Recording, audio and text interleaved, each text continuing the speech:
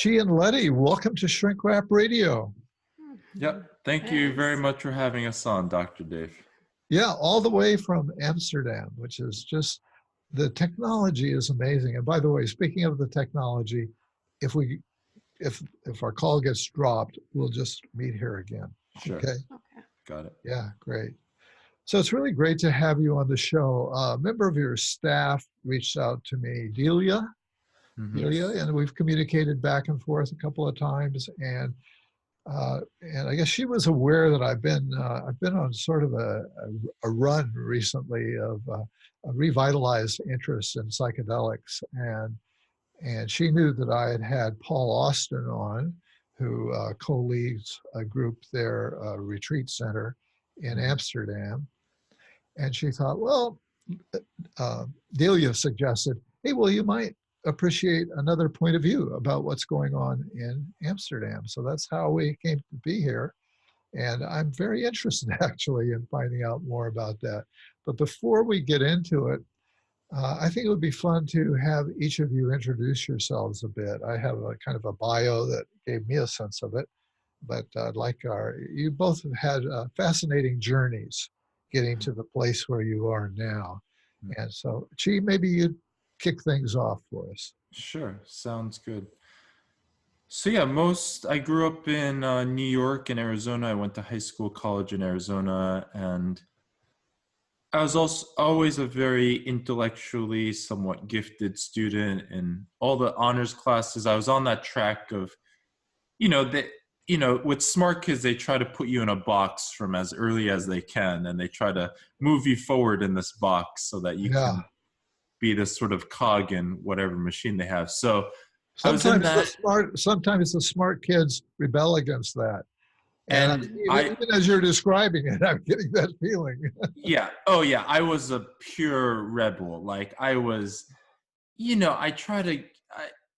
the schooling system was just a game. It was nothing more. I didn't see it as real education. I mean, I just loved to play and have friends and, but it was just, how can I get an A? So yeah, I was in that, playing that game of society and, how do I build my resume, that whole thing. And I think around 16, 17 is when I really started rebelling, and I really got like pretty depressed. And from 17 to even 29, just last year, I was in and out of some really just deep, dark depressions. And of course, also moments of highs as well, because I was in and out of, many meditation retreats in Burma and UK and the US, a lot of Vipassana retreats. And So you were really kind of a seeker, it sounds like. oh yeah, I took temporary robes in Burma a couple of times and spent some time, really practicing with the monks for months at a time. And Yeah, and in, then in your bio statement, actually, I'm trying to recall what it was that struck me that that you had spent a total of 16 months in silent retreat, yeah. including a month in darkness. Mm. Wow, that's pretty hard seeking. And yeah, it was seeking, and the masters really spend much more time than that. But yeah, I was a beginner, a Westerner, an arrogant Westerner that thought he could meditate his way to whatever type of happiness. And I think the meditation definitely helped shed so many superficial layers of just societal conditioning. And I think 27, 28, I was just at this point where I didn't know what else to do. And I had rejected psychedelics for my entire life just because of the stigma attached to it. And then it just called, and I tried LSD for the first time. And then I was introduced to mushrooms, and I just saw how wrong it was for these substances to be illegal, because it was such a mind-opening and heart-opening experience. And then I started questioning everything about, everything society taught us. If these things are illegal and these are the most life-changing things for me, like, what else have I been taught wrong, Yeah.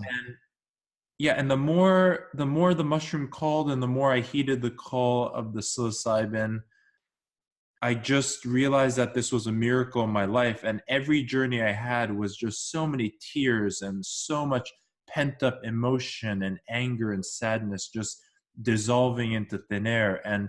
And so much joy and light and love was just uh, it opened up my mind to these kind of states of mind. And it brought so much happiness. And just the mushroom called, and we were just called to open up and create spaces for people, hold ceremonies. And yeah, I really started heeding that call. I really said, okay, this is it. Like, Sarah, I got to just hold space for ceremonies. And from that, now we're doing group retreats, and people are coming in from all around the world. It's amazing the kind of support we're getting from around the world. Well, And that's great. yeah, we We'll feel get into really. that some more in a bit. How would you compare and contrast your LSD experience with the psilocybin mushroom experience?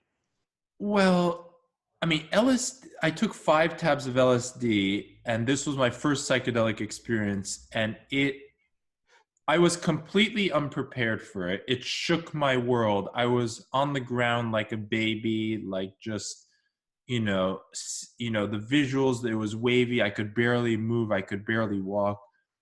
Um, and I haven't done a big dose of LSD since. I've done little microdoses a couple of times, but the mushrooms just feel more like heart and just more organic. It feels there isn't this kind of chemical flavor to it, I would say. So yeah, I mean, I feel most connected to the mushrooms for sure. Yeah, okay. Well, let's get Letty in here. Letty, tell us about how you have arrived at this place and time. It has been a long journey. Yeah, So yes, I'm French. I grew up in Paris, okay. and yes, for 16 years I worked in a big cosmetic French company, and I worked for this company in Italy. I started to work for this company in Italy for 6 years, and then in Paris again, and in Spain. So you were And kind of a fast track businesswoman? Is that I right? I was a marketing director, so I was in charge Wow. of the shops. Yeah, And yes, it was. I mean, it was a very good experience. I learned a lot, and just to be able to live in different countries and to learn about cultures and to learn new languages is, yes, it's a privilege in a way.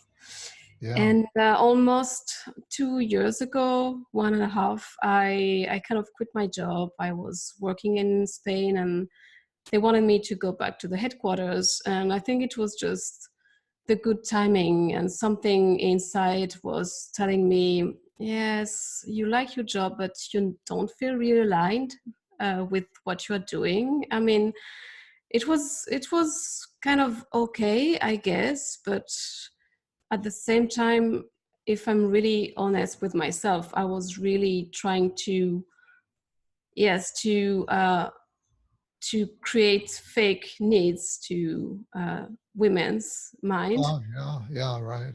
just trying to tell them, yes, you need this product and this product to be happy. And yes, and at that time I already practiced yoga and meditation for 8 years, so there was like this kind of conflict, I think, deep Sure. inside.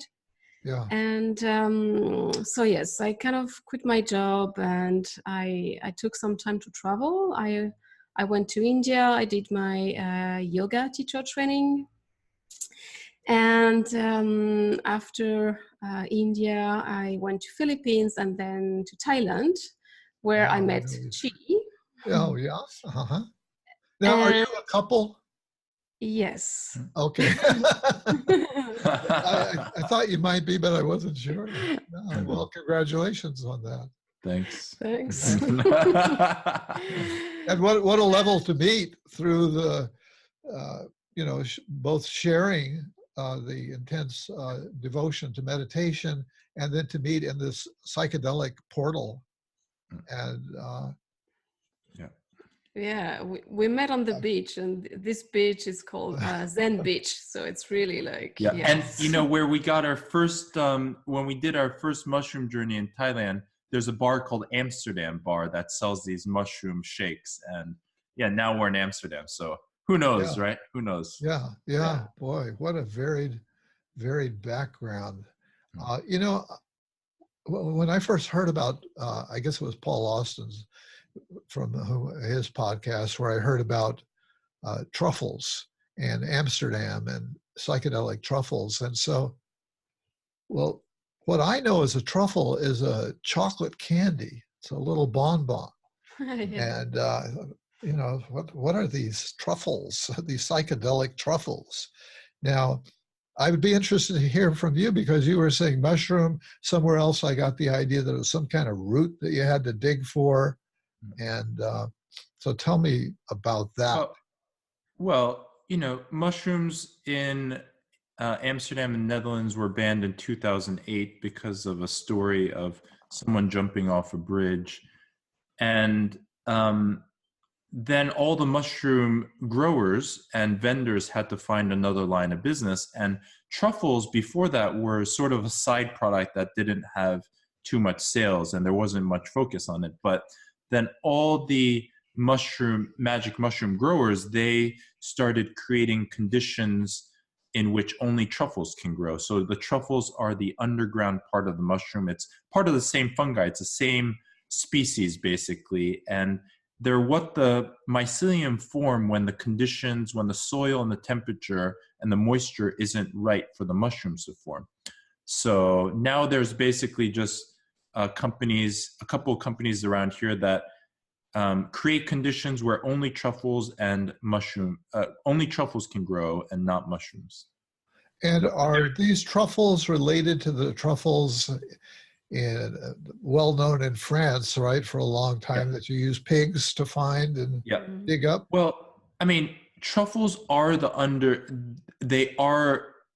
underground part of mushrooms, basically. So they are all the same type of thing, but only about 10 or 12 of the psilocybin mushrooms in the world can actually create these psilocybin truffles. So they're very special here, but they also contain the same psilocybin and psilocin. Interesting. And how lucky! How lucky! I mean, we're for Amsterdam to discover. We feel so lucky that we're able to be here, where people around the world are fighting to get this decriminalized, legalized. I mean, we're living in a place where it's widely sold in smart shops, and we're able to really promote some safe and healing psychedelic journeys. And there's more and more retreat companies and trip sitters around here. So yeah, we feel like we're in the middle of something way bigger than ourselves, for sure. Yeah. So you're in a kind of pioneering position. You were mentioning before the call that I was pioneering in podcasting, which I was, and I can see that you are pioneering in this space where you guys are working. I'm curious, are the truffle therapy, the name of your retreat center, we should say, is Truffle Therapy Retreat Center? Is that the full name? Well, we go with Truffles Therapy, and we run psilocybin retreats. So yeah, I would say Truffles Therapy Retreat is sort of how we like to define it. And are the organizations that are doing retreats such as this, are they all located in and around Amsterdam or throughout the Netherlands? Throughout the Netherlands, but the Netherlands is a very small country. I mean, you can go from top to bottom in 3 hours by train. So, or 3 or 4 hours by train. So, everything in the Netherlands it's not close to Amsterdam, but it's doable. Okay. There's people all around Netherlands doing this for sure. Oh, okay. Interesting. Yeah. And let's see, what else did I want to ask you? So about how many companies are there now doing this? There You are, keep track? you know, yeah, I mean, Yeah. we do keep track because we also run a website called tripsitters.org that lists all the psilocybin trip sitters and also the psilocybin retreats happening around the world. So around the world, there's probably about 10 or 10, 12 yeah. retreat companies. Mhm. You know, some are more serious than others. Some do retreats every, couple months. Other people are coming from the UK and Ireland and organizing retreats here. I'd say we're one of probably the 4 or 5 most serious organizations that are just purely dedicated to running retreats for people. Yeah, in the Netherlands or in Amsterdam. Yeah. Yeah, yeah, great. And what about the legal situation? I mean, uh, the psilocybin was legal, I gather, for a while, and then somebody did something foolish or whatever, and so the law closed it down. So now, like the mushroom, you've sprouted out, sprouted up in another place, Hmm. and what do you think the probability is that they'll come down and, like whack-a-mole, try to Well, suppress it? well, the psilocybin mushrooms were made illegal, but the grow kits still are sold in smart shops. And yeah, there's hundreds flying off the shelves every week, or if not thousands. So the mushroom is still growing here. Um, and actually, Compass Pathways, which is a research sort of pharmaceutical company in the UK, they funded studies. Actually, now they're starting at a couple of universities here, and there's been a couple of newspaper articles in the Netherlands now saying, "Wow, guys, like this is actually happening around the world." It seems like Dutch people are actually waking up to how this has been going on around the world now, and people are fighting for it. Whereas here, a lot of people take it for granted, and there's not so much. People aren't so surprised by magic mushrooms or magic truffles. So, and also taking it at a higher level view is the mushroom and the fungi are the oldest kingdom in the world, and the whole human existence 200,000 years is like a blink of an eye for them. So human laws cannot stop a powerful kingdom from growing. And so the mushrooms choose certain places where they think they can grow, and Amsterdam has always been one of those places. And no matter what the government tries to do, they can't control the mushroom. But they will try to control people. They will try, and they have tried, and it's but it's still it's a very different culture here. Like the Dutch police aren't carrying AK-47s or huge machine guns like they do in the US. The US, once we get out of the US, we realize how backwards the whole police structure is. It seems like police are against human beings actually in the US, whereas Netherlands, they're friendly, they're relaxed, they're not after people. Yeah, yeah. Yeah. Unfortunately, I read on my iPhone there was an incident there today, right, of somebody Yes. Doing some kind of an attack on a bus. Mm-hmm. Yeah. Yeah. Yes, tramway. Yeah, yeah. So there's it's such a contrast to. I mean, I know that you guys listened to my interview with Paul Austin, or parts of it, and so you're probably aware that I'm part of what he calls the second wave of people, of psychedelic people, and it's been a long time since I've taken a heavy-duty psychedelic, but I did a lot back in the '60s and early '70s.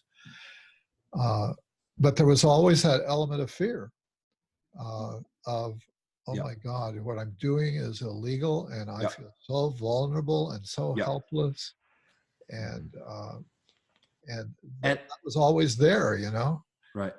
And so, just for me, it's almost incomprehensible to imagine a situation, where that's not the case.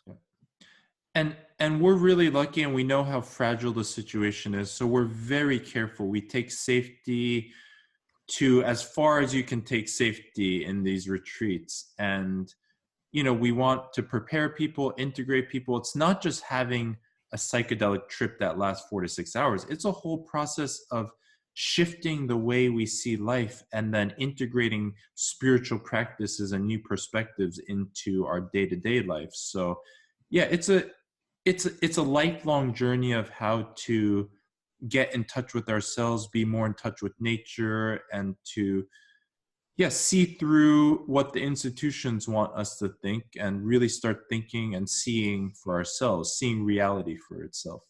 Yeah.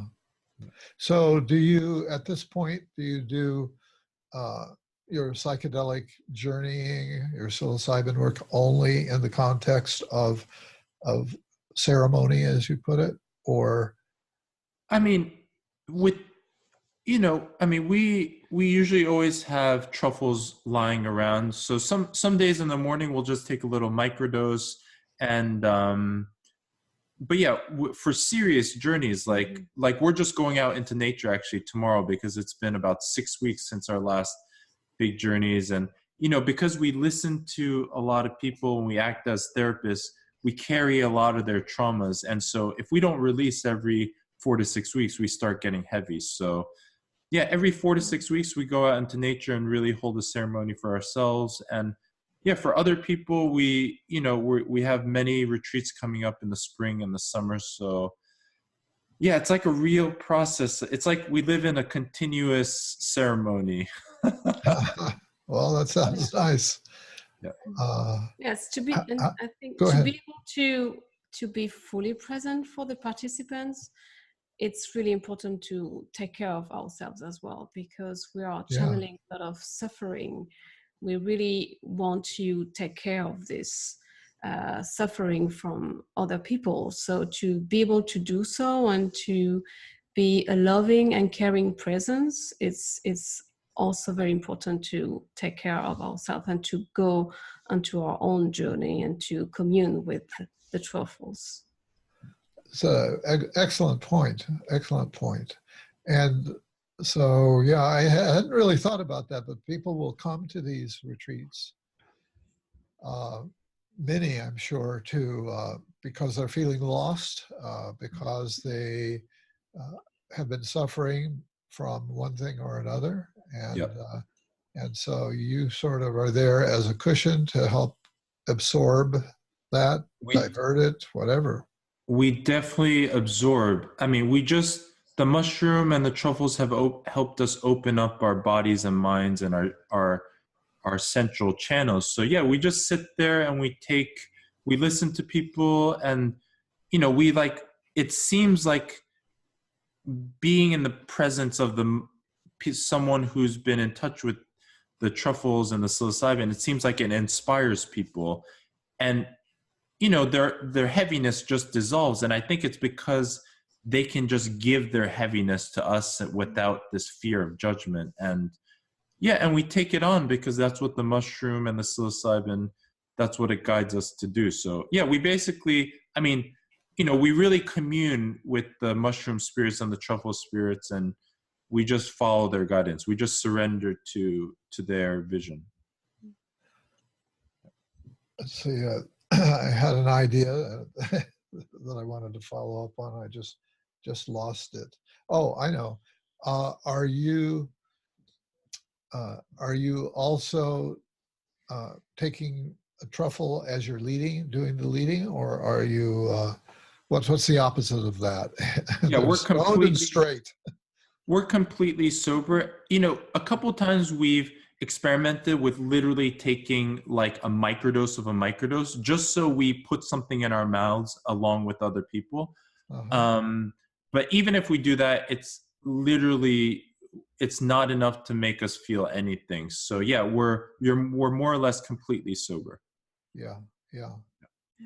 And I'm interested in, people are talking a lot now about plant medicine and that there's some kind of communication from the plant, and some of it is kind of mind-blowing.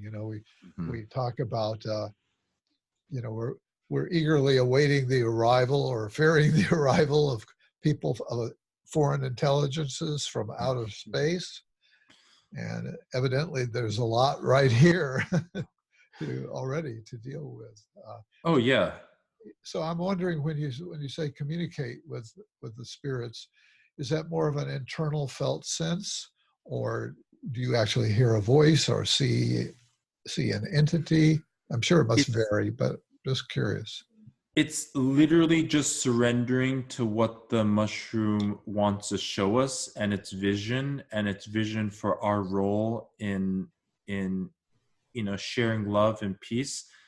And for me, it's like every time I go into a journey, first it clears up all these emotions that I have just sitting in my body, and then I just sit there. It's like a movie reel of just scene after scene of, it's just indescribable visions, of what the mushroom wants us to do in this world, and how it sees nature healing and rejuvenating itself, and how it sees humans working together and to heal the planet. So for me personally, it's just me just sitting there saying, whoa, mm-hmm. I nod a lot. I go, mm-hmm, mm-hmm. It's like me just literally listening in terms of with my heart, with my whole body, to what the felt sense of the mushroom vision is, and how I can just embody that in this world. Yeah. Leti, how would you describe your experience? Well, most of the time at some point of my journey, I kind of talk to the mushroom spirit, and usually I say, "Oh, I'm too small. I cannot take all this suffering. It's too much. It's too much. I'm too tiny and small to do so." And at some point, I just surrender to this suffering, and I can feel the connection with Mother Earth, and with the consciousness of love and something bigger. And then I kind of, I surrendered. I'm just like, okay, yes, now I'm ready. It's okay. I can take this suffering, because I think because it's beautiful during a retreat also to witness the transformation of these people, because you can really see the before and the after the journey. You can see and feel this energy, like you have these people feeling so light and so bright. So yes, I think during my journeys with mushrooms, it's like, oh, okay, yes, it's a lot of suffering, but at the same time, it's beautiful to be able to serve and to to just give so much love to people to heal. Yeah. What about bad trips? We literally hear this. Yeah, we hear this a lot, and it's mostly just semantics, like, what does bad mean? Like, is life good or bad? Is death good or bad? I don't know if there's any good and bad. I think it's just, there are unpleasant experiences and difficult experiences and challenges in our lives, and I think we can grow from these challenges. And not every journey is going to be fun, light, and rainbows and unicorns. It's sometimes we're going to feel our sadness that we've been pushing down, and our anger that's been covered up by all this pleasure. And if the conditions are right, if the setting is safe and right, and there are some guides there, the most difficult journeys can be the most miraculous and the most life-changing, because it just, even we see these unpleasant emotions just dissolving in the air. So yeah, like, I don't really believe in bad trips. I think this is just a fear that's been spreading by word of mouth. And I think if the conditions are right, and if there's and if there's a support system before and afterwards, I think there's pretty much only goodness that can come from this. Yeah, fascinating. So how many sitters do you have on your staff currently? Well, we have 3 full-time trip sitters, and this is basically all we do. And also, we have trip sitters and therapists and doctors coming from around the world wanting to come see what we do and maybe get involved. We're co-organizing a few retreats with therapists and spiritual teachers, meditation teachers, doctors, and it seems like it isn't difficult to trip sit. It isn't something difficult, but it also takes this kind of depth of emotional intelligence and this kind of having to have been through the extremes of the psychedelic experience to be able to hold the space, to be able to not push away anything that might arise in the person, to not be afraid of the screaming and the yelling that might happen, or the tears that might come, or the real, maniac like laughter that comes. So, I mean, it seems like, and we get applications for trip sitters every week, several of them, but we're really selective because if a person hasn't done some significant spiritual work on him or herself, they're basically not ready to hold space for people. Yes, because trip sitting means being fully present for another person or more people for 4, 5, 6 hours in a row. So it means during this time you forget about yourself. It's not about you. It's really being fully present for the participant, for the other person, for the other human being who is there going through his or her own journey. So what we do is really, to be fully present, to send so much love, and to be there for the person. If she or he wants to drink some water, if he or she wants to go to the bathroom, or just feel when the person needs a hug, needs to or just need nothing. Sometimes you need to feel when you have to do something, or just trust and surrender and just witness and just really be fully here and just sending very good and loving energy. So it's beautiful, but it's not for everyone, for sure. It sounds like it could be pretty demanding to sustain that kind of feeling.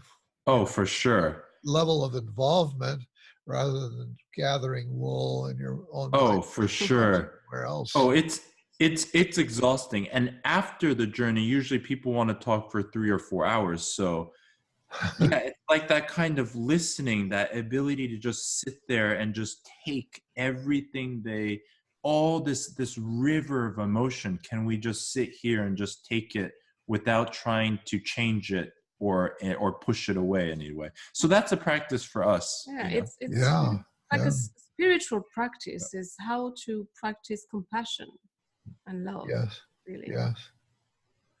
And to be able to stay in that space for a protracted period of time, and as you say, the discussion might go on, and for retreats, I'm totally projecting here, but I watch,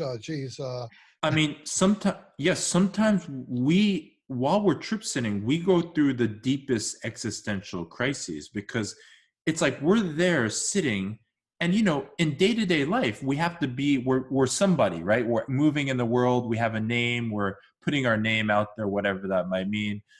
But when we're trip sitting, it's like we literally just let all of that go. And sometimes we can question, like, oh gosh, like, what am I doing on this earth? I'm just sitting here watching someone go through a process, and I have no idea what they're going through. And so, like that. And I think that self-doubt really makes us grow as human beings. It makes us really realize how uncertain our entire lives are, how fragile everything is. How we really don't know anything about who we are, what anything is, basically.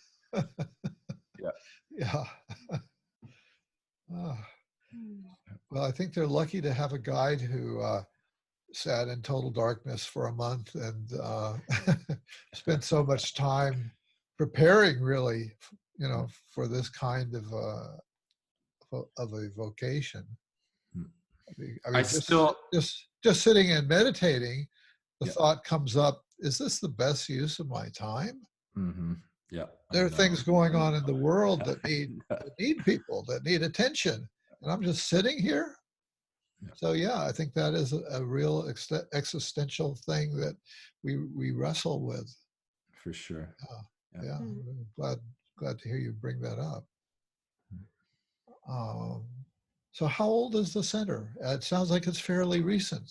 It's very new. Yeah. About 7 months ago in late August, it was already actually when we met in January in Kopangan, Thailand.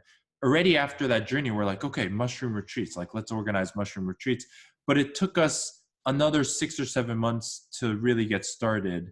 And once we were in Amsterdam and we had gone through a couple of journeys, it was clear that this was what needed to be done. And it's just been, the mushroom has its way of growing, and it has its way of incorporating human beings in their species growth. And we just try to be just humble little nodes in their vision, and we understand that we're just the middlemen. We just hand the truffles over, and people trust us, and the truffles have trusted us somehow. And it's literally just giving it to somebody, and putting our intention in the truffles and sending our love in the truffles, so that transmits into the person who's taking it. And that's it. Like, it's really not that complicated, but it takes a while for the mushrooms and the truffles to trust people. There are so many people who want to be trip sitters, but yeah, have they won the mushrooms trust over? Are they ready to be hosts for the mushrooms and the truffles to expand their vision in the world? And it's not something we can do from personal desire. It has to be letting go of our own desire to be anybody, to do anything in the world, and just be like, okay, I'm just going to let the mushroom do its thing through my body and mind. What are you holding in your hand? Is that a mushroom? Oh, this is it's a wooden mushroom that I hold. And it's something I like, because this is always our talking stick when we do circles.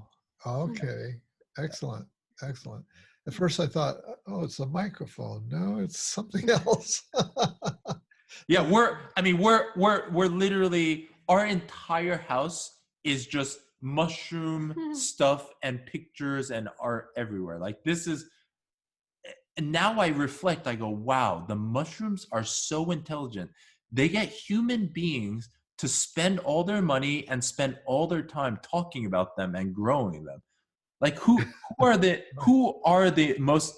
the most intelligent species in the world?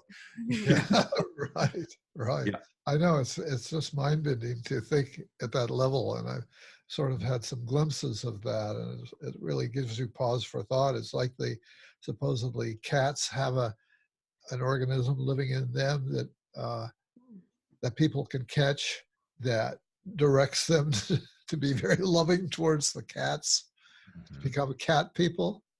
So we have the mushroom people and the cat people. For sure. Oh, undoubtedly. Yeah. Like, and if you think about, marijuana, how it just gets people to grow them in these scientifically made grow houses, and how it gets people to spend money and time buying it and smoking it and making it into all these products. I mean, there's something to intelligence that isn't just humans, right? Like, these plants, these animals, these fungi have been here way longer than human beings. They have a way of surviving and propagating that isn't done through just words. It's done with this kind of invisible intelligence. Yeah. You mentioned marijuana. I was in Amsterdam briefly many years ago, and one of the things was marijuana, that you could, legally get some marijuana and smoke it there. Which, when I was there, somehow it didn't seem like such a big deal. Mhm. But is that still a big tourist draw, or has that It, kind of gone underground? it has. Marijuana is not legal here. It's just very decriminalized, and there's coffee shops all around town, and yeah, marijuana is literally all over. It doesn't feel it. It literally doesn't feel like anything special. We walk, and on the way home from the central station to our home, we probably walk past 4 or 5 coffee shops, and yeah, it's nothing. And I think this really shows us how backwards the laws have been in the US, Canada, and other places. And now Canada has legalized everything. So there's something to question everything about drug laws, right? Like, why is marijuana, LSD, peyote, which has been used by Native Americans for hundreds, if not thousands of years, why are these on Schedule 1? Why is MDMA, that is now being shown to be useful for PTSD and veterans, why is that Schedule 1? Why is fentanyl and cocaine Schedule 2? Like, cocaine on Schedule 2 and mushrooms on Schedule 1? Maybe it isn't about morals. Maybe it isn't about safety. It's just something to question. Oh yeah, and yeah, it's very complex. Certainly, economics is part of it. Politics is a big part of it, Yeah. right? Yeah. And so you've got coffee shops that sell marijuana. You have smart shops where you can get psilocybin. What is a smart shop? We don't have smart shops here, as far as I know. No. And yeah, the smart shops are just shops that sell, there's shops that sell peyote, cacti, all these kind of smart substances, like these herbal tinctures. It's basically like legal highs, whatever that might mean. And yeah, and truffles are obviously a big draw because this is the one place in the world. And it's getting more and more popular because people are really starting to hear and read about the research. And they're like, wait, psilocybin has been shown in all these studies to resolve depression, anxiety, purpose in life, cluster headaches. And it's giving people all these increased moods and creativity, focus, mystical experiences, and it's illegal. Like, wait, why is this? So people are really starting to seek it out for sure. What about unintended consequences and of things getting very popular? When things get too popular, there can be problems. For example, tourism. Sure. Now, many of the most favored tourist spots in the world, now the people live there are going, too much, too much. The environment's being destroyed, etc. So do you think about that or wonder about that? I mean, we think about things on a global scale. We really think about how we can heal this kind of extracting kind of mindset that we're conditioned with in the West, like getting and consuming and the body being the thing, and I think the mushrooms and truffles can help us see that. This was a big shift in my mind when I realized that the medicine wasn't entering my body. It was my body and mind that was entering the field of the medicine. And I think having the right conversation around it, it isn't a drug, it isn't recreational. This is a sacred medicine from the earth. It's Earth's gift to human beings to wake us up to reality. And if we can get the conversation around that, medicine, it's not a drug. Let's use the word medicine. What it's about really questioning what the stigma is around drugs and reframing the conversation, having different conversation. It's not even now about, is it good or bad? Is it safe or not? It's about, how do we best use this medicine to benefit society and humanity? And how do we heal human beings in a safe and legitimate way? Yeah. Beautifully said. Are the truffles, I have the impression from some other conversation that a tea is made from the mushroom. Is that how it's consumed? Not with us, because actually tampering with the truffles is illegal. It can be only be sold in these raw form, and however, people do. I mean, there are TV shows that show truffles being cut up and put into teas or this lemon substance. But we usually just serve the truffles just as they are raw. They taste a little like sour walnuts. But yeah, they're just like, once people take it in their mouth, they realize how wrong the stigma was that they had in their minds all along. And it's literally just the first step is getting people to just put a little bit in their mouth and be like, oh, that wasn't bad. Like, that didn't kill me. That didn't make me crazy, And so we're doing a lot more events around microdosing, like microdose yoga, microdose meditation. We want to do like microdose retreats for progressive companies and startups that really want to work in a new, more mindful way, utilizing the tools that nature gives us to move humanity forward. Like, let's get out of this old materialistic consumerism way of looking at things, because otherwise we're not going to survive as a species. Like, we really have to fight for our survival now as a human species. Yeah, I'm very interested in the microdosing phenomenon and the idea that back in the 60s, we were actually overdosing ourselves, and coming from that mindset of more is better, bigger is better, etc. And I think microdosing is good, and it has benefits, and it's a beautiful introduction, and it can wean people off of antidepressants, and it can help people be more creative and focused, which is beautiful.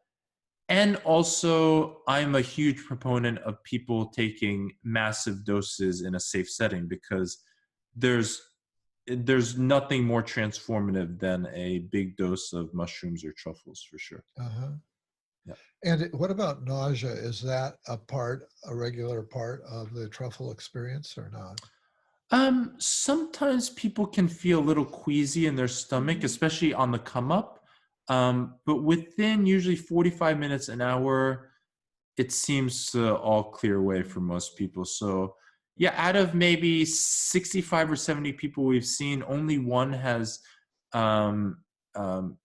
thrown up, and that was because he went for a run right before his journey, and he was so anxious. So I think that played a big role in it as well. Yeah. Well, that's good to hear. I've been, I know that ayahuasca is enjoying a huge popularity. Yep. But personally, the idea of throwing up as part of the thing would be a big obstacle for me. Yeah, it is for a lot of people, and that's why we are so happy that the mushrooms are this kind of gentle, well, not always gentle spiritually, but a very easy on the body, for sure. Yeah, and we prepare the participants before the journey. So they fast for a few hours before the journey, and we send them a preparation guide.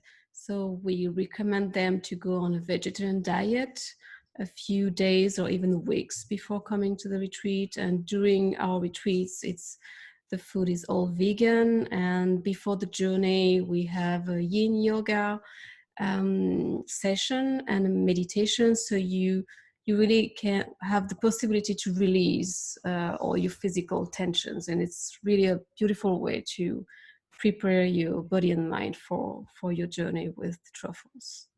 And what can you say about ceremony? Because you've emphasized that that's a key part of it as well. Is that something you could talk about, to say what the ceremony consists of? I mean, it's like we literally see our whole life offering truffles to people as a big ceremony. Of course, there's the formal ceremony, which is gathering in a circle, talking about our intentions, and then really sending our intentions and our questions and our good energy into the bowl of truffles that we're about to partake in. And also, from the beginning of the retreat, it's ceremonial. It's very sacred. The whole thing it's not for fun. It's not recreational. So yeah, there's no beginning and end for us. Our whole life is just dedicated to creating these kind of safe ceremonial spaces for people. Yeah. And what about the integration phase? I thought that was when I talked to Paul Austin and saw that they sort of had it divided up into three phases, and with integration being the third phase, which to me makes a lot of sense based on my experience, again, going back into the middle 60s of encounter groups where we get in a circle of, but not drug assisted, but people would try to open up to each other and share in deeper ways and so on. And that can be quite transformative. And For people sure. have their minds blown. Yeah. And you have this, quotes, mountaintop experience, but then you have to come down off the mountain and you know, and either you dismiss it, forget about it, or in some way it affects your life. Mm-hmm. Yeah. Uh, Yeah, we create. yeah, go ahead. Well, I mean, yeah, after the journey, it's basically just pure integration. It's whatever people need, communing with nature, communing with each other. If it's a group retreat, um, making friends, talking with us for hours on end, eating, you know, just having food prepared for them is this kind of, it's like this, and eating together. I mean, how many people actually get together and eat without an agenda now, just to commune as human beings, as strangers? Uh, and, you know, after they go home, every participant has the ability to call us anytime, and our doors are always open. So yeah, we're deeply committed to people's being able to integrate this into their day-to-day life. And a lot of people have questions about how they want to channel their talents that they have into more beneficial pursuits. And we really listen to their ideas, and we say, you know, we really help people also brainstorm of how they can make real, actually tangible shifts in their life as well. Yeah, yeah.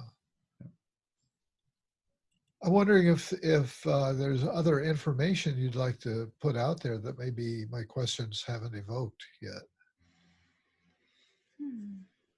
No, we just, yeah, we love, you know, and we literally, our practice is to get out the way and let the light and love shine through, and let the mushroom energy just play itself out in this world, and be beacons of light, and to have start conversations about the mushrooms and psilocybin, and to realize that these are sacred teachers that want to teach us a huge lesson in how to work with nature instead of extracting from nature. And so we hope that everybody, you know, on your own or with another retreat company or with the trip sitter or with us or with friends, I mean, we wish everybody really safe and healing journeys, and we want everyone, if they're ready for it, and if, you know, if they basically aren't on antidepressants and have, you know, any kind of history of schizophrenia, we want people, everybody to start talking about, okay, so mushrooms, maybe we can just take a little bit, you know, maybe we can microdose. Like, let's read all the beautiful anecdotes about microdosing that's basically universal acclaim, and let's take these seriously. Let's not wait for scientists to prove anything. Like, the mushroom has been here for 1 billion plus years. It probably has something to teach us. Leti, do you have maybe a closing statement that you'd like to give? Yeah, just to say that, yes, truffles are a beautiful gift from Mother Earth. And yes, we need to treat them with respect and to be humble enough to surrender to their beauty. And yeah, just if you want to try magic truffles, just the most important thing is to feel safe and to be with caring and loving people to do so. Yeah, I have to say that I feel safe, and I feel that with you too. And so if I make it over there, we might meet in person. Beautiful. Good. Yes. Yeah.